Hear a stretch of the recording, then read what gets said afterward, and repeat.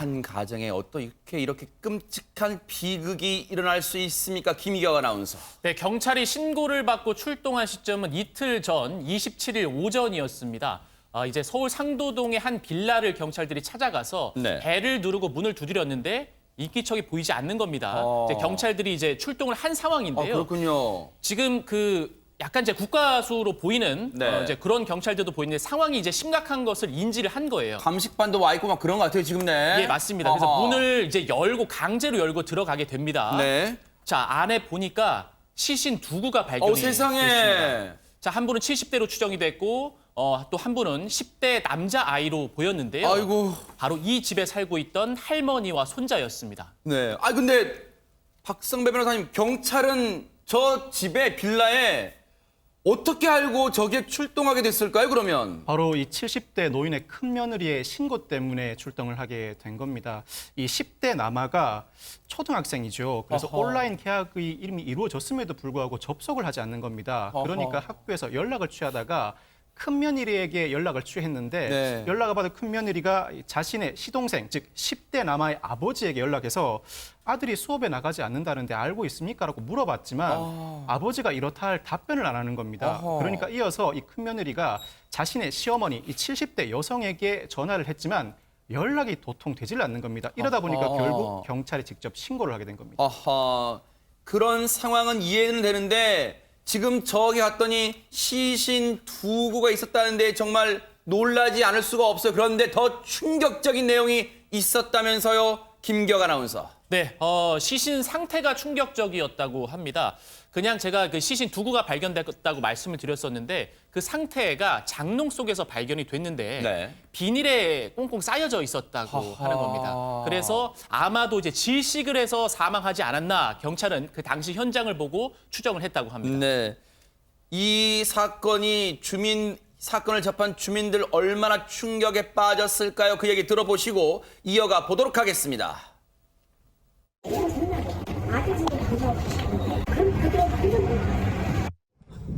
한 5-6명이 방호복 입고 일반 경찰도 또 뭐 거의 한 7명이 이상이래.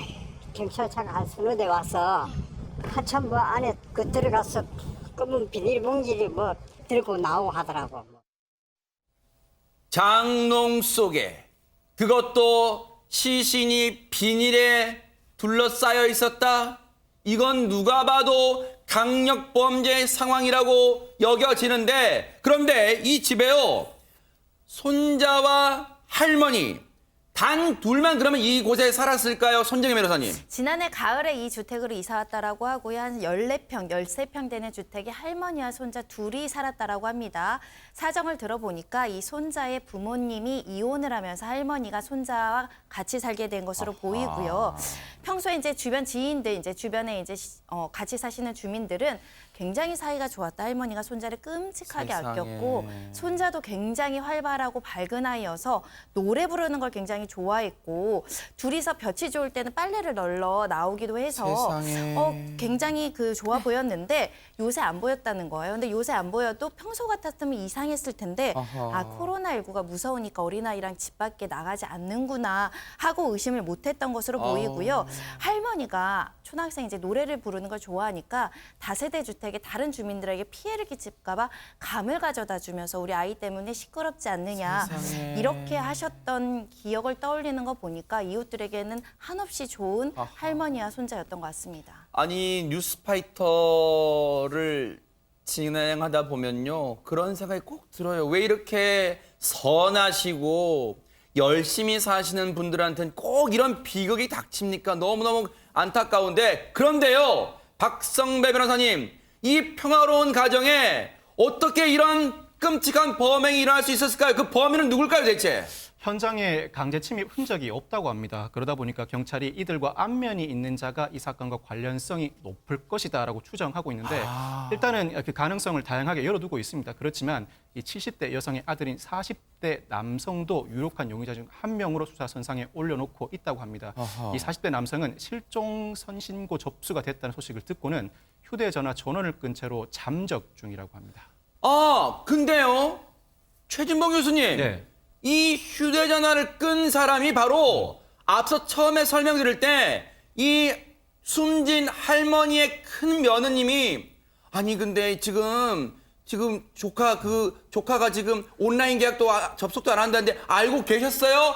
지금 그 연락했다는 그 사람이잖아요, 그 지금. 사람이에요. 그러니까 사실 이제 의심을 받고 있는 거죠, 사실은. 그러니까 어허. 경찰은 공식적으로 뭐 이 사람이 유력한 용의자라고 공적으로 밝히진 않고 있지만 지금 이 사람 연락처를 일단 찾아내야 돼요. 왜냐하면 이 아이는 할머니하고 단둘이 살고 있었고 이 아이, 사망한 아이의 아버지 되는 사람은 이혼한 다음에 밖에서 살고 있었어요. 그리고 이제 아까 말씀하신 시동생한테 전화를 한 거잖아요, 결국은. 네. 숙모가 되는데 숨진 아이에. 그 숙모가 전화했을 때도 횡설수설하고 제대로 답변을 못 했다는 거예요.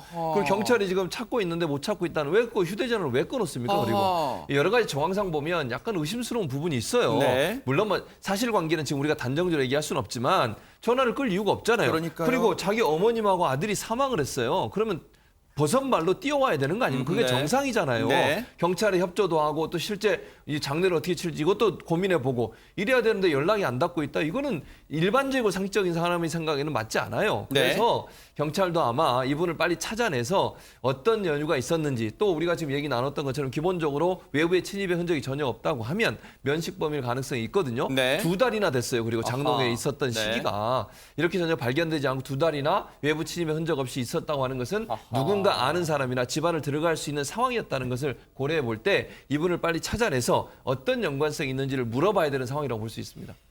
뭐 어떻게 된 상황인지 물어보려면 반드시 찾아내야 돼요.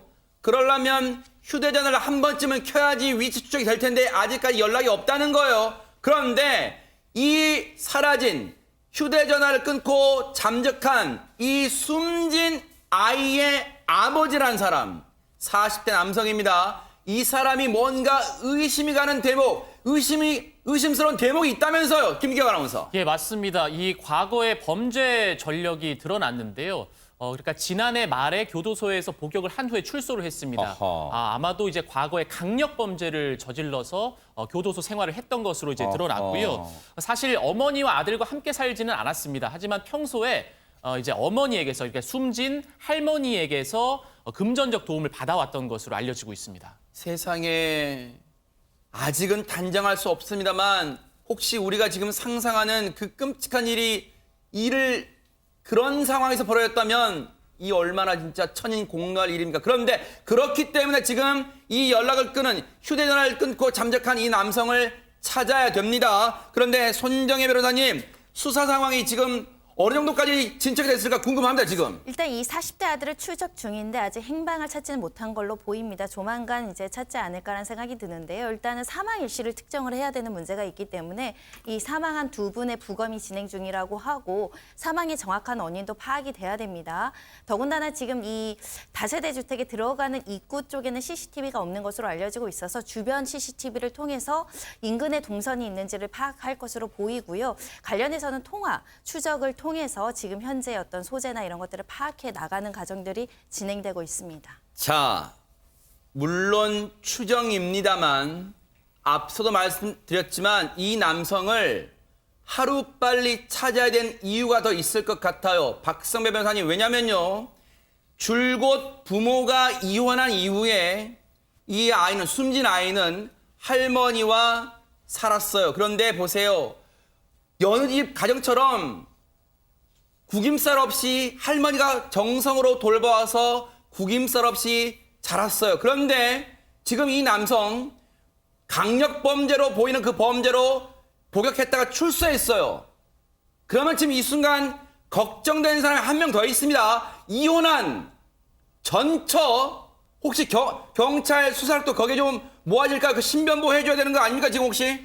신변보호 가능성도 거론해 볼 수가 있겠습니다만 기본적으로 경찰은 전처에게도 접촉을 시도할 겁니다. 일단은 그 사람이 특정만 되면 잡는 것은 시간 문제인데 시간을 좀 더 앞당기기 위해서는 거래 내역이나 통화 내역도 살펴봐야 되겠지만 평소 그 사람의 생활 반경을 살펴보는 것이 수사의 기본입니다. 즉 친인척, 지인 그리고 전처가 있다면 전처와의 접촉을 통해서 이 사람이 주로 어디를 방문하고 누구와 접촉하는지를 사실관계를 밝혀내는 과정을 진행하게 됩니다. 그 과정에서 전처에게 해를 가할 만한 정황이 전후로 밝혀진다면 신변보호 조치도 충분히 가능하고 아직 단정하기는 어렵습니다만 이 40대 남성의 경우에는 그동안 어머니로부터 금전적인 지원을 받아왔고 또 어머니와 아들이 모두 사망했음에도 불구하고 잠적했다는 점에서 이 사건과 직접적인 관련이 있든 있지 않든 사건을 해결할 만한 키에 해당하는 인물이기 때문에 경찰이 그 소재 파악에 집중할 것으로 예상됩니다. 그러네요.